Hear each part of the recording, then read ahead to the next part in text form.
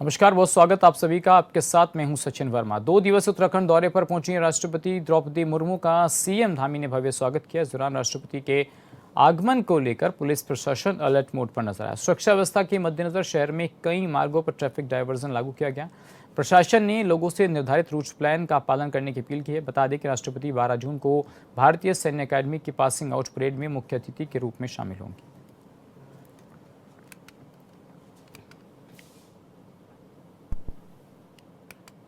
देश की राष्ट्रपति द्रौपदी मुर्मू उत्तराखंड के 2 दिवसीय दौरे पर पहुंची हुई हैं। इस दौरान मुख्यमंत्री पुष्कर सिंह धामी ने भी उनका भव्य स्वागत किया है।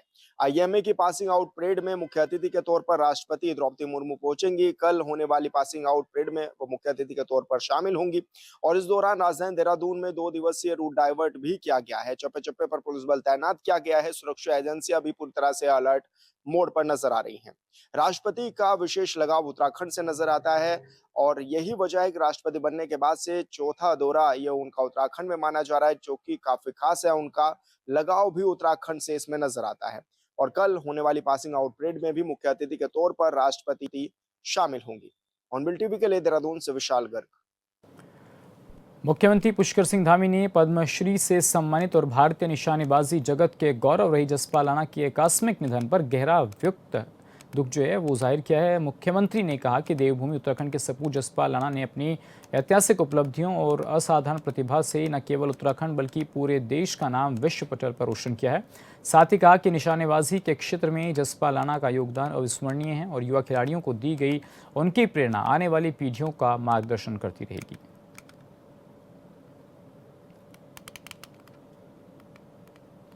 उत्तराखंड की कैबिनेट मंत्री रेखा आर्य ने मशहूर निशानेबाज और द्रोणाचार्य अवार्ड से सम्मानित जसपाल राणा के निधन पर गहरा शोक व्यक्त किया है और कहा है कि जसपाल राणा ने अंतर्राष्ट्रीय मंचों पर देश का गौरव बढ़ाया। उन्होंने कोच के रूप में भी मनु भास्कर जैसे उत्कृष्ट खिलाड़ियों को तैयार कर भारतीय खेल जगत को नई ऊंचाइयां दी। साथ ही उन्होंने कहा कि उनका योगदान सदैव स्वर्ण अक्षरों में दर्ज रहेगा। ये खबर हम सबको बहुत स्तब्ध करती है। खेल जगत में तो नुकसान है ही है, साथ में मैं समझती हूँ कि पूरे देशवासियों के लिए भी एक ऐसा व्यक्ति, एक ऐसा शख्सियत जिसने ओलंपिक स्तर पर देश का नाम रोशन किया, उत्तराखंड का नाम रोशन किया, जिसने उत्तरकाशी का नाम रोशन किया, आज हमारे बीच में नहीं है। निश्चित रूप से हम सब लोग इस खबर को सुनते हुए इस पर विश्वास करना बहुत मुश्किल हो रहा है। आज हमारे सभी खिलाड़ीगण जो उनके मार्गदर्शन में चलते थे, जो उनके पदचिन्हों पे चलने का प्रयास करते थे, जो उनके बताए हुए रास्ते पर लगातार खेल के क्षेत्र में आगे बढ़ रहे थे, वे सभी शॉक्ड हैं। केंद्रीय सामाजिक न्याय और अधिकारिता राज्य मंत्री रामदास अठावले ने देहरादून में समाज कल्याण विभाग की योजनाओं की समीक्षा की। मीडिया से बातचीत में उन्होंने केंद्र सरकार की उपलब्धियां भी गिनाई। साथ ही विभाग ने मंत्री को बताया कि उत्तराखंड में 2026-27 में SC, ST, OBC और दिव्यांग छात्रों की छात्रवृत्ति के लगभग 1.40 लाख का आवेदन किया गया है। साथ ही स्माइल योजना के तहत 4 धार्मिक स्थलों पर भिक्षुकों का सर्वे पूरा हुआ है। अठावले ने कहा कि केंद्र की योजनाओं से 25 करोड़ लोग गरीबी रेखा से ऊपर आए, 3 करोड़ को पक्के मकान और 60 करोड़ को आयुष्मान का लाभ मिला है। माननीय प्रधानमंत्री नरेंद्र मोदी जी ने अपने प्रधानमंत्री पद के 12 साल पूरे किए हैं और उन्होंने 3,499 दिन पर वो प्रधानमंत्री पद पर रहे हैं। तो पंडित जवाहरलाल नेहरू जी भी मतलब 3 बार प्रधानमंत्री रहे थे, लेकिन उससे भी ज्यादा कार्यकाल इनको मिला है। इसीलिए हमारे एनडीए के तमाम हमारे नेताओं ने, जो जहां जहां बीजेपी के एनडीए के मुख्यमंत्री है, उन्होंने कल मतलब वहाँ दिल्ली में उनका तो स्वागत किया है और उन्होंने 12 सालों में देश को नंबर 4 पर इकोनॉमी में लाया है और अनेक लोगों को गरीबी रेखा के ऊपर निकाला है और मतलब अपने देश इकोनॉमी मेड इन इंडिया को बहुत बड़ा महत्व दिया है। इसी तरह मतलब बहुत अच्छा काम ये 12 सालों में हुआ है। इसीलिए उनको कल बधाई देने का मतलब एक प्रोग्राम कल था। तो मेरी रिपब्लिकन पार्टी ऑफ इंडिया भी एनडीए का एक पार्टनर है और हमने भी मतलब उनको बुद्ध की मूर्ति देकर हमने प्रधान स्वागत भी किया है। एसआईआर अभियान को लेकर अपर मुख्य निर्वाचन अधिकारी विजय कुमार जोगदाने ने देहरादून में समीक्षा बैठक की। इस दौरान विधानसभा वार प्रगति का जायजा लेते हुए अधिकारियों को 18 जून तक 100% फॉर्म वितरण और डिजिटलाइजेशन कार्य में तेजी लाने के निर्देश दिए हैं। उन्होंने कहा कि सभी आरओ और ईआरओ को प्रतिदिन 2 बार पोर्टल पर लॉगिन कर कार्य को निगरानी करने के निर्देश दिए गए हैं। साथ ही जिन क्षेत्रों में प्रगति धीमी है वहां विशेष कार्य योजना बनाकर अभियान को गति देने के निर्देश दिए गए।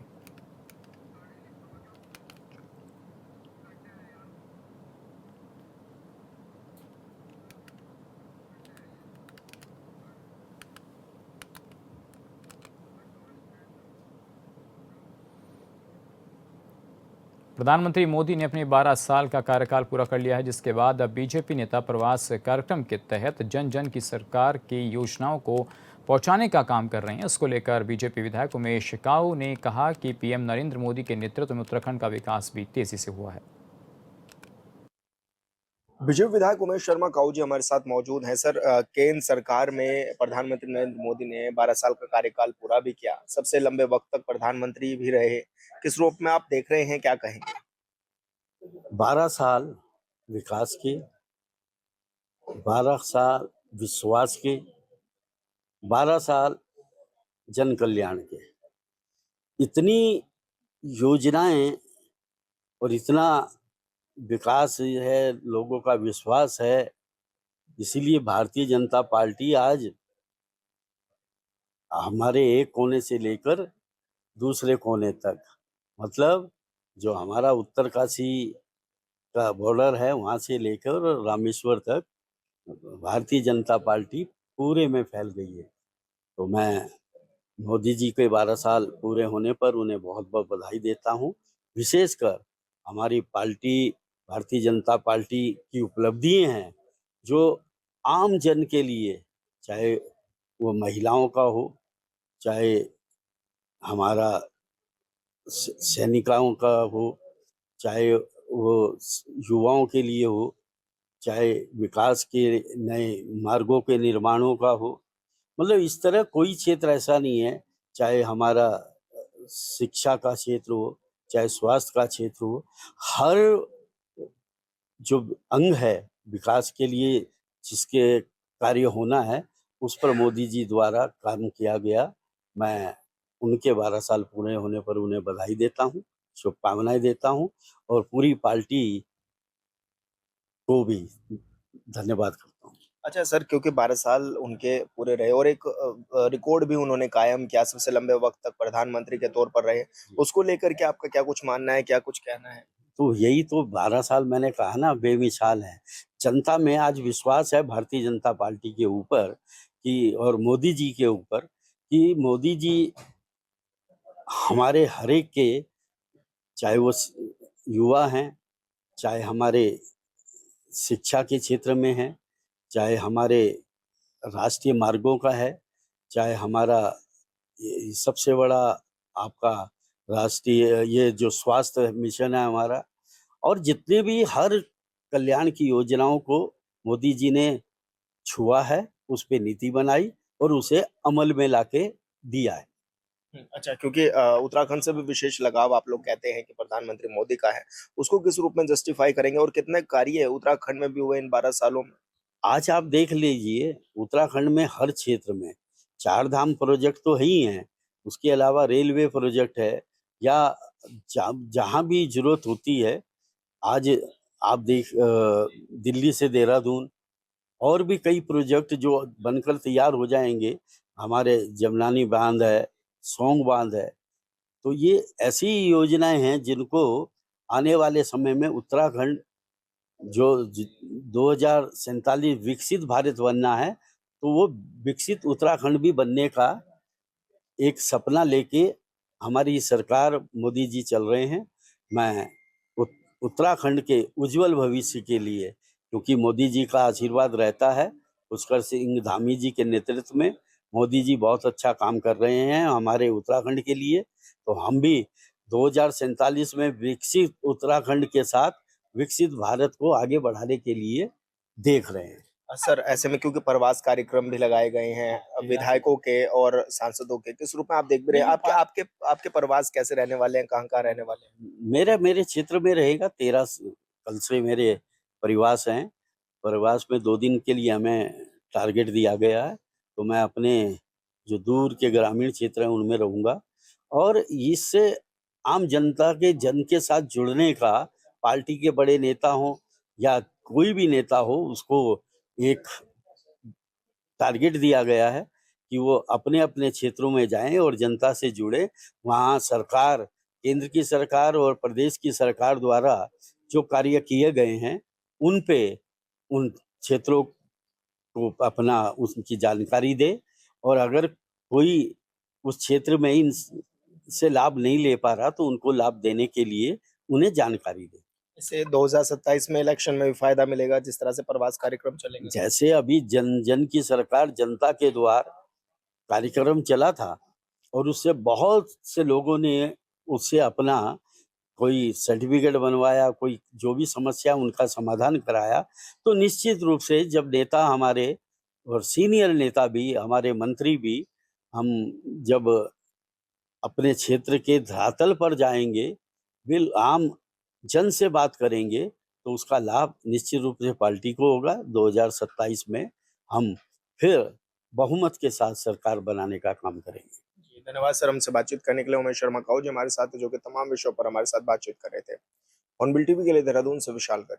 देहरादून में स्वच्छता और कूड़ा प्रबंधन व्यवस्था के लिए जिलाधिकारी डॉक्टर आशीष चौहान ने समीक्षा बैठक की, जिसमें नगर निगम समेत कई विभागों के अधिकारी मौजूद रहे। डीएम ने अधिकारियों को कूड़ा निस्तारण के लिए शॉर्ट टर्म और लॉन्ग टर्म कार्य योजना तैयार करने के निर्देश दिए और कहा कि कूड़ा उठान और निस्तारण कार्यों की माइक्रो स्तर पर निगरानी की जाएगी। साथ ही उन्होंने जनपद वासियों से भी स्वच्छता अभियान में सहयोग करने की अपील की है।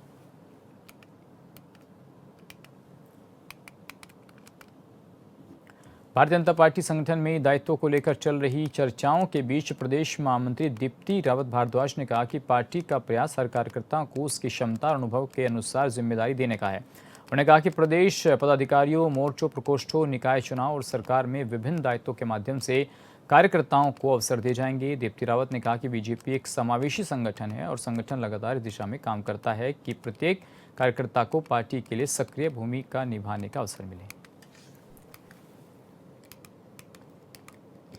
पार्टी के सभी कार्यकर्ता जिनको संगठन में दायित्व मिले हैं, कुछ लोगों को पहले जब प्रदेश में पदाधिकारी बने, प्रदेश की लिस्ट हुई, फिर मोर्चों की लिस्ट हुई, फिर मोर्चों के पदाधिकारी बने, फिर हमारे अभी नगर निकाय के जो चुनाव थे वो तो हुए ही हैं, नगर निगम और ये सब हुए, उनमें कुछ लोगों को टिकट मिला और वो वहाँ चुनाव लड़े। कुछ लोग ऐसे हैं जो अभी प्रकोष्ठ हमारे बने, उनमें उनको अकोमोडेट किया गया और कुछ लोग ऐसे हैं जिनको सरकार में दायित्व दिया गया, जो बहुत समय से, लंबे समय से संगठन का काम भी कर रहे थे। तो ऐसे अलग-अलग लोग अलग-अलग स्थान पर उनको कैसे अकोमोडेट किया जाए, कैसे हर कार्यकर्ता के लिए हमारे पास कुछ ना कुछ काम हो, तो उसकी कोशिश सबको समावेश करते हुए हम काम करते हैं। तो वही लगभग है और हर व्यक्ति के लिए जहाँ-जहाँ जिस क्षेत्र में वो रहता है, जहाँ का वो जिस बूथ का वो मतलब वोटर है मैं कहूँगी, तो वहाँ की ज़िम्मेदारी उनकी बनती है। उत्तराखंड में विश्वविख्यात चारधाम यात्रा अपने चरम पर है। इसी बीच राज्य सरकार ने 60 साल से अधिक उम्र वाले बुजुर्ग जो आर्थिक वजहों से यात्रा नहीं कर पाते हैं, उनके लिए निःशुल्क चारधाम यात्रा कराने के लिए योजना बनाई है। जानकारी देते हुए बीजेपी प्रदेश प्रवक्ता कमलेश रमन ने बताया कि सरकार की लाभकारी योजना के तहत प्रदेश के सभी प्रसिद्ध तीर्थस्थलों के लिए दर्शन बुजुर्गों को कराए जाएंगे। साथ ही लोगों की भावनाओं को ध्यान में रखते हुए सीएम धामी ने संकल्प लिया है कि हर बुजुर्ग को निःशुल्क यात्रा कराई जाए।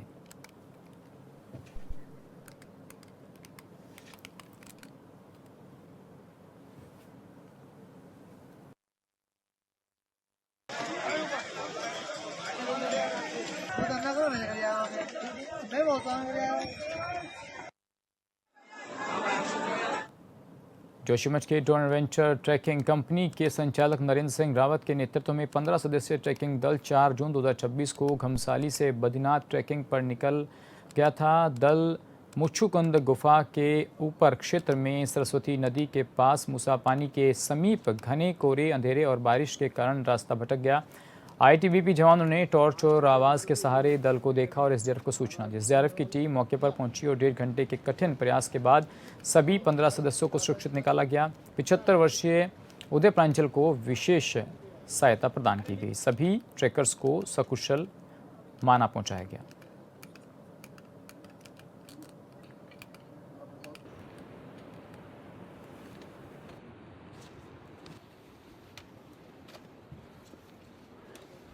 महाराष्ट्र के भी, बंगाल के भी है, पुणे के। नरेंद्र सिंह रावत और जोशीमठ में मेरा टूर एजेंसी है ड्रोन एडवेंचर, और हमारा ये टीम गुप्तकाल के लिए 4 तारीख से रवाना हुआ था और हम लोग सफलतापूर्वक 9 दिन में यहाँ पहुँच चुके हैं। और सारी टीम और सारे जितने भी पोर्टर गाइड गए थे सब स्वस्थ यहाँ पे पहुँच चुके हैं। और अभी थोड़ा मौसम ख़राब होने के कारण जो कि रास्ता न मिलने पर फॉग लगा हुआ था उस तरफ, और आईटीबीपी और एनडीआरएफ ने थोड़ा सहयोग करा हमारे साथ, और हमारा बैकअप भी बहुत बढ़िया था एसडीआरएफ ने। तो बहुत अच्छा लगा सभी लोगों का यहाँ पे, और उन लोगों को, सब लोगों को मैं बधाई देना चाहूँगा जिन लोगों ने यहाँ पे हमें सहयोग करा।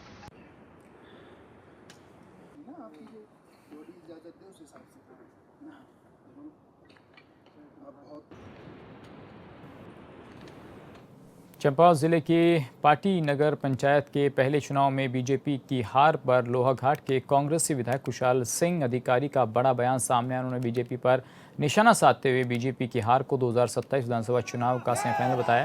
विधायक अधिकारी ने कहा कि 2027 विधानसभा चुनाव में भी बीजेपी की बड़ी हार होने वाली है। विधायक अधिकारी ने आरोप लगाते हुए कहा कि पार्टी चुनाव में बीजेपी का चोला पहने बीजेपी नेता हमारे निर्दलीय प्रत्याशी का प्रचार करते नजर आए। साथ ही कहा कि बीजेपी के दिग्गज नेताओं की पूरी फौज भी अपने प्रत्याशी को जीत नहीं दिला पाई और भारतीय जनता पार्टी को हार का सामना करना पड़ा। बीजेपी ने जो तांडव मचा रखा था और इन्होंने कांग्रेस के उम्मीदवार में शायदमारी करना चाहा, जिसमें कि 2 लोग हमारे तरफ से 2 लोगों को उठा दिया था। तो हमने देखा कि भाई हमारे दोनों लोग बैठने को कोई तैयार नहीं है, तो हमने कहा भाई जो जीते वो अच्छा। इसलिए क्योंकि बीजेपी की इनकी जो करनी और कथनी में फ़र्क है। जैसा ये कहते हैं कि भाई को हम क्या कहते हैं पारदर्शिता से चुनाव संपन्न कराना चाहते हैं, हमें पहले से ज्ञात था कि ये कहीं न कहीं कुछ न कुछ ये ऐसा गड़बड़ झाला करेंगे जिससे कि क्षेत्र में अशांति होगी। इसलिए हमने चाहा कि भाई जो जनता जनादेश देगी वो सर्वोपरि है, उसको स्वीकार करना भी चाहिए। चंपावत समेत आसपास के पर्वतीय और मैदानी क्षेत्रों में लगातार हो रहे मौसम परिवर्तन, आंधी तूफान और बारिश को देखते हुए जिला प्रशासन मुस्तैद नजर आ रहा है। संबंध में जिलाधिकारी मनीष कुमार ने बताया कि मौसम की संवेदनशीलता के दृष्टिगत एक व्यापक और सुदृढ़ कार्य योजना तैयार की गई है। जिलाधिकारी ने आपदा प्रबंधन से जुड़े सभी विभागों और टीमों को त्वरित रूप से सक्रिय होने के साथ ही राहत और बचाव कार्य को प्राथमिकता देने और रिस्पॉन्स टाइम कम करने के निर्देश दिए हैं। साथ ही सड़क निर्माण एजेंसियां, लोक निर्माण विभाग, राष्ट्रीय राजमार्ग समेत संबंधित अधिकारियों को भी निर्देशित किया गया है।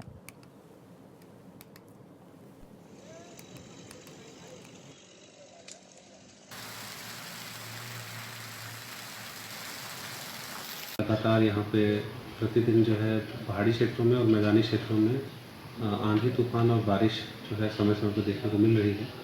इसके लिए एक व्यापक योजना तैयार की गई है। जो हमारे आपदा बचाव के कार्य हैं उसको त्वरित रूप से गति देने के लिए कहा गया है। जो सड़कें हैं उनको गड्ढा मुक्त करने के लिए उनमें तत्काल रूप से कहीं गड्ढा है तो उसमें आर्गन आदि डाल करके उसको ठीक करने के लिए, और जो विद्युत की लाइन्स हैं जहाँ जहाँ दिक्कत आ रही है वहाँ पर तत्काल रूप से विद्युत की लाइन को पुनः रिस्टोर करने के लिए, पुनः स्थापित करने के लिए निर्देश दिए गए हैं। साथ ही जो रसद की उपलब्धता है उसके लिए भी जो जिला पूर्ति अधिकारी हैं उनको निर्देशित किया गया है, और जो हमारी तैयारियां हैं जितने भी अधिकारी कर्मचारीगण हैं उन सभी को निर्देशित किया गया है कि प्राथमिकता के तौर पे जो भी कॉल्स आ रहे हैं उसको रिसीव करेंगे।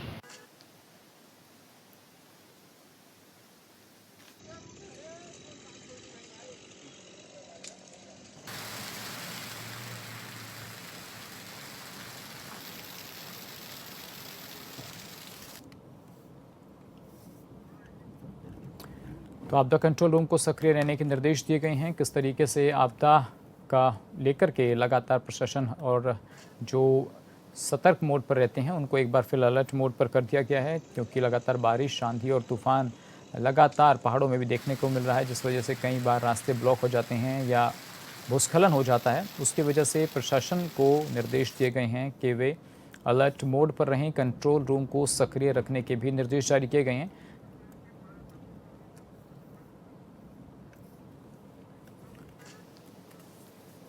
और पीएम मोदी के 12 साल होने पर मुख्यमंत्री पुष्कर सिंह धामी क्या कुछ कह रहे हैं वो सुन लेते हैं।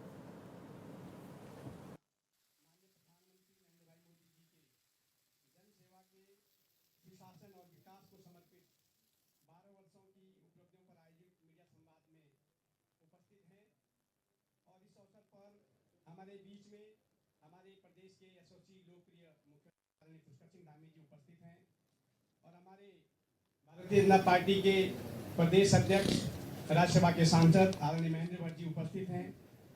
और इस अवसर पर आदरणीय प्रधानमंत्री नरेंद्र भाई मोदी जी के 12 वर्षों के कार्यकाल की उपलब्धियों पर एक संक्षिप्त वृत्तचित्र भी दिखाया जाएगा और प्रदेश सरकार की जो हमारी उपलब्धियां उस पर एक संक्षिप्त वृत्तचित्र दिखाया जाएगा। मैं आदरणीय अपने प्रदेश अध्यक्ष जी से अनुरोध करूंगा कि एक चित्र दिलाओ पहले वंदे मातरम कराओ ना, पहले वंदे मातरम में रखा है। वंदे मातरम। मैं सभी लोगों से अनुरोध करूंगा कि वंदे मातरम के लिए खड़े हो जाएंगे और वंदे मातरम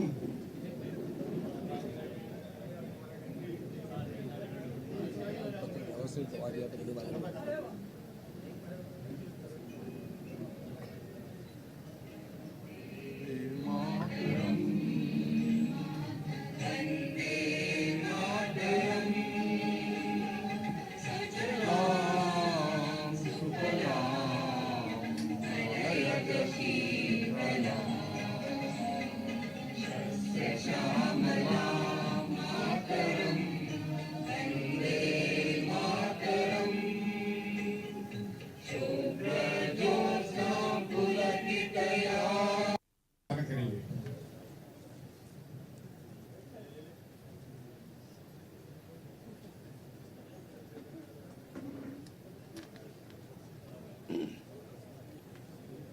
अब मैं सम्मानित पत्रकार बंधुओं का स्वागत करते हुए औपचारिक इस कार्यक्रम की शुरुआत करता हूं और आदरणीय प्रदेश अध्यक्ष माननीय महेंद्र भट्ट जी से अनुरोध करता हूं कि आज का जो एक मीडिया संवाद का कार्यक्रम है इसकी रूपरेखा आपके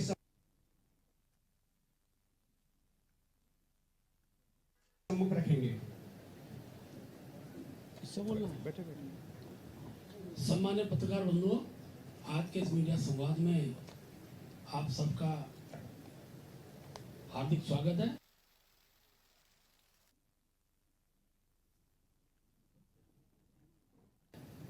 हमारे प्रदेश के